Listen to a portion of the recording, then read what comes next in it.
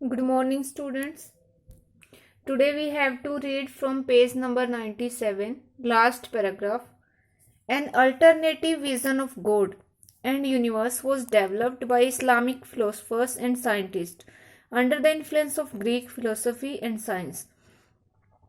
जो भगवान की एक वैकल्पिक कल्पना यानी कि विजन एंड द यूनिवर्स और इस ब्रह्मांड की वो डेवलप की गई थी इस्लामिक फिलोसफर्स और साइंटिस्ट यानी कि इस्लाम के दार्शनिकों और वैज्ञानिकों के द्वारा यूनानी फिलोसफी यूनानी दर्शन और जो विज्ञान थी उसके प्रभाव से उन्होंने इस यूनिवर्स या ब्रह्मांड या भगवान की एक वैकल्पिक कल्पना जो थी वो बना ली थी, विकसित कर ली थी।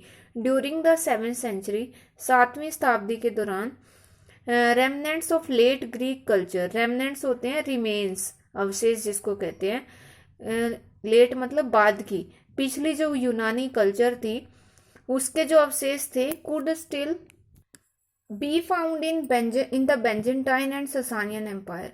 तो उस यूनानी संस्कृति के अवशेष बेंजेंटाइन और ससानी एम्पायर में मिल सकते थे या देखे जा सकते थे, क्योंकि इन दोनों ही साम्राज्यों में बेंजेंटाइन और ससानी, यहाँ पे रोमन एम्पायर था पहले और वहाँ ग्रीक जो फिलोसफी थी उसको माना जाता था या कल्चर को, तो ग्रीक कल्चर के अवशेष इसी कारण से यहाँ पे देखे जा सकते हैं।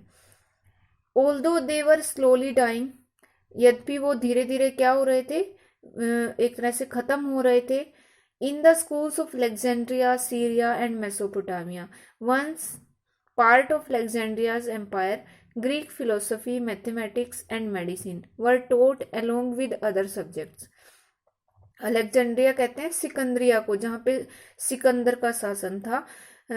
अलेक्जेंड्रिया, सीरिया और मेसोपोटामिया जो कि कभी अलेक्जेंडर के ही साम्राज्य थे यानी कि सिकंदर के साम्राज्य के अधीन थे, वहाँ पे ग्रीक दर्शन, गणित या चिकित्सा इनको पढ़ाया जाता था दूसरे सब्जेक्ट के साथ।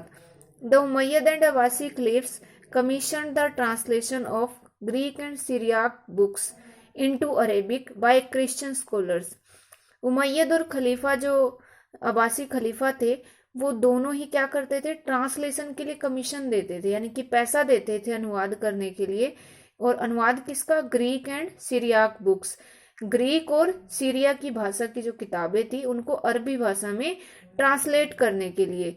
और किसको, क्रिश्चियन स्कॉलर्स जो ईसाई विद्वान होते थे उनको कमीशन दिया जाता था। Translation became a well organized activity under Al Mamun.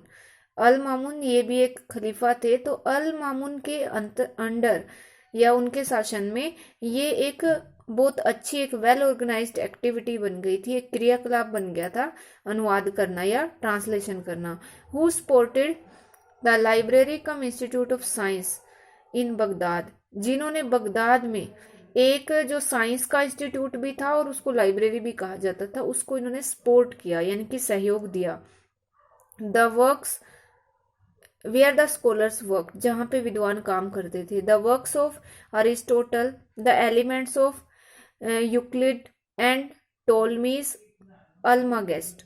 तो यहाँ पे कुछ राइटर्स के नेम दिए हैं जो बहुत ही ज़्यादा ग्रेट राइटर रहे हैं। अरिस्टोटल के वर्क्स यानी कि उनकी रचनाएं, एलिमेंट्स एक बुक का नाम है, यूक्लिड की एलिमेंट्स, और टोलमी का अल्मागेस्ट, ये जो थे इनको brought to the attention of Arabic reading scholar, अरबी पढ़ने वाले विद्वानों के ध्यान में इनको लाया गया कि इनको भी ट्रांसलेट किया जाए। इंडियन वर्क्स ऑन एस्ट्रोनॉमी, और जिस टाइम ये इस्लाम धर्म का उदय हो रहा था या फिर ये इसमें खलीफा जो शुरुआत हो गई थी, फिर खलीफा का अंत हो गया था, नए नए एम्पायर बन गए थे, तो इस सारे टाइम के दौरान भारत में भी बहुत ज़्यादा प्रोग्रेस हो रही थी यहाँ की एस्ट्रोनॉमी में, यहाँ मेडिसिन में, या फिर जो भी मैथमेटिक्स था इन सब में, या पहले हो चुकी थी इस टाइम से भी पहले गुप्त पीरियड में। तो इंडियन जो वर्क्स था एस्ट्रोनॉमी का, एस्ट्रोनॉमी के ऊपर, astronomy means study of space, और मैथमेटिक्स और मेडिसिन, इनको ट्रांसलेट किया गया था इनटू अरेबिक, अरबी भाषा में, ड्यूरिंग द सेम पीरियड, इसी पीरियड के दौरान। दीज वर्क्स रीच्ड यूरोप, और फिर ये जो काम था वो यूरोप पहुंचा। And kindled interest in philosophy and science, kindles means create, और इसने फिलोसफी और साइंस में इंटरेस्ट क्रिएट किया। The study of new subjects promoted critical inquiry, और जब नए नए सब्जेक्ट्स की स्टडी होने लगी तो इसने क्रिटिकल इंक्वायरी को प्रमोट किया। क्रिटिकल इंक्वायरी होती है जब हम किसी चीज की आलोचना करते हैं, बुराई करते हैं, और उसको अपनी जिज्ञासा को बढ़ाते हैं उसके बारे में आलोचना करके। तो क्रिटिकल इंक्वायरी को प्रमोट किया गया। And had a profound influence, profound means deep, एक गहरा प्रभाव इस्लामिक इंटेलेक्चुअल लाइफ के ऊपर इसका पड़ा। इस्लामिक इंटेलेक्चुअल लाइफ मीन्स बौद्धिक जीवन, मानसिक जीवन। Scholars with a theological bent of mind, वो विद्वान जिसका दिमाग जो था वो धार्मिक था। Such as the group known as Mutazila, जैसे कि एक ग्रुप था वहां पे जिसको मुज्जिला कहा जाता था, ये धर्म को मानते थे। Used Greek logic and methods of reasoning, वो ग्रीक तर्क और रीजनिंग के जो तरीके थे, तर्क करने के जो तरीके थे, उनको यूज करते थे। टू डिफेंड इस्लामिक बिलीव्स, इस्लाम के विश्वासों को बचाने के लिए, उनकी रक्षा के लिए। फिलोसफर्स पोज्ड वाइडर क्वेश्चंस, और जो ये दार्शनिक होते थे वो व्यापक रूप से क्वेश्चन उठाते थे। एंड प्रोवाइडेड फ्रेश आंसर्स, और उनके जो आंसर देते थे वो नए आंसर देते थे। इब्न सीना डॉक्टर बाय प्रोफेशन, इब्न सीना जो थे वो प्रोफेशन से एक डॉक्टर थे और एक फिलोसोफर भी थे, दार्शनिक भी थे। did not believe in the resurrection of the body on the day of judgment। अब इस्लाम में क्या था, इस्लाम में ये कहा जाता था कि जब डे ऑफ जजमेंट आएगा, यानी कि कयामत का दिन आएगा, तो जो शरीर है वो दोबारा से जन्म लेगा। पर ये जो इब्न सीना थे वो इस बात को नहीं मानते थे। उनका कहना था कि जजमेंट के दिन जो शरीर है वो रिसरेक्शन नहीं होगा, यानी कि पुनर्जीवित नहीं होगा। This was met with strong opposition from theologian यानी कि धर्म विज्ञानिकों की तरफ से इसको स्ट्रोंग ओपोजिशन मिला, यानी कि इसका भारी विरोध किया गया। हिज मेडिकल राइटिंग्स वर वाइडली रेड, और उनकी जो मेडिकल राइटिंग थी, चिकित्सा से संबंधी लेख थे, उनको बहुत पढ़ा गया। द मोस्ट इन्फ्लुएंशियल वॉज अल कानून फिल तिब, उनकी एक सबसे फेमस किताब थी ये अल कानून फिल तिब, जिसको कैनन ऑफ मेडिसिन यानी कि चिकित्सा की किताब कहा जाता है।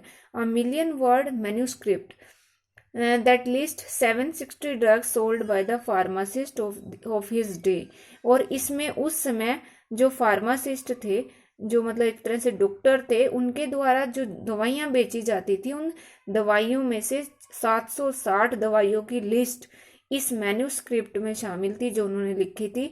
और ये क्या थी उनकी किताब, मिलियन वर्ड, यानी कि 10 लाख जो शब्द थे ना वो हाथ से लिखे गए थे, पांडुलिपि थी ये, जिसको हैंड रिटन रिकॉर्ड कहते हैं। And includes notes on his own experiments included in hospitals, और हॉस्पिटल में जो भी वो एक्सपेरिमेंट करते थे उसके नोट्स भी इस बुक में शामिल थे। The canon points out the importance of dietetics होती है जो आहार विज्ञान होती है, तो ये उसको भी पॉइंट आउट करती है, उसकी इम्पोर्टेंस को। इसके अलावा ये और क्या पॉइंट आउट करती है, the influence of the climate and environment on health, कि स्वास्थ्य के ऊपर जलवायु और वातावरण का क्या प्रभाव पड़ता है।